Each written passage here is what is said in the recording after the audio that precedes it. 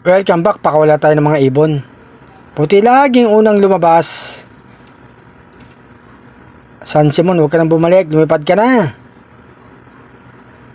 Beautiful RC, lipad.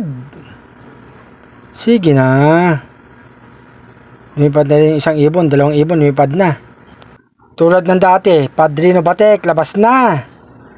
Batek, lumipad. Ikaw Padrino, ayaw mo lumipad? May itlog sila mga ka-RC. Gusto pa yata maglimlim. Ayun na yung mga kasama mo, lumilipad na oh. Padrino. Maaraw nga mga ka-RC, hindi buti, hindi umulan. Ayun sila oh. Doon banda lumilipad. Padrino, ano ba? Lilipad ka ba o hindi? Oh no! Kinuha ko na si Padrino. Bitawan na natin para lumipad mga ka-RC. Ayan na. Ayun, sumabay na sa mga ibang ibon natin, mga ka-RC. Ganado yung lumipad yung mga ibon natin. Paikot-ikot lang dito yan. Sa lugar natin, mga ka-RC. 8 ibon pinalipad natin. Andito yung dalawang puti oh. Yung naunang lumipad, mga ka-RC. Maganda lang dito. Dito ang tambay nilang dalawa. Magkapatid mga ka-RC, anak ni Maestro at saka ni Black. Mamaya nandito na yan. Si Padrino papasok na yan. Ayan, pumasok na sila mga ka-RC. Si Batek susunod na yan. Tiyempo lang yan. Baba na Batek. Diyan ka pa sa likod nila. Nalapad na yan mga ka-RC. Magaling pumasok yan si Batek eh. Bumibelo ka pa ha. Pwesto na Batek. Pasok na si Padrino, kumakain na sa baba oh.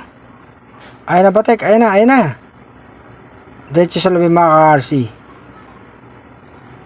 Ayan na nga. Andito nga si Pitong Gatang, nasa taas ng cage.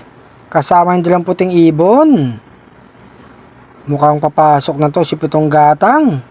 Tumitingin-tingin pa sa baba mga ka-RC. Baba na Pitong Gatang. May pagkain na sa loob. Andun na yung mga batang ibon.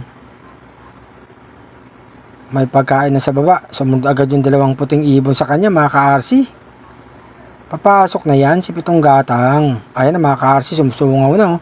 Sa butas. Talo na Pitong Gatang.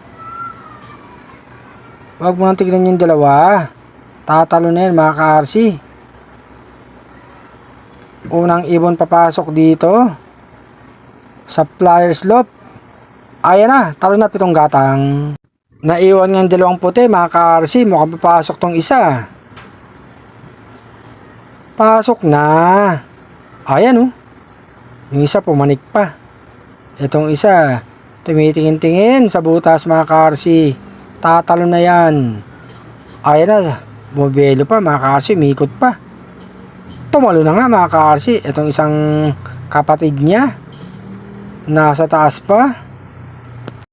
Pumasok na nga rin yung isa mga ka-RC.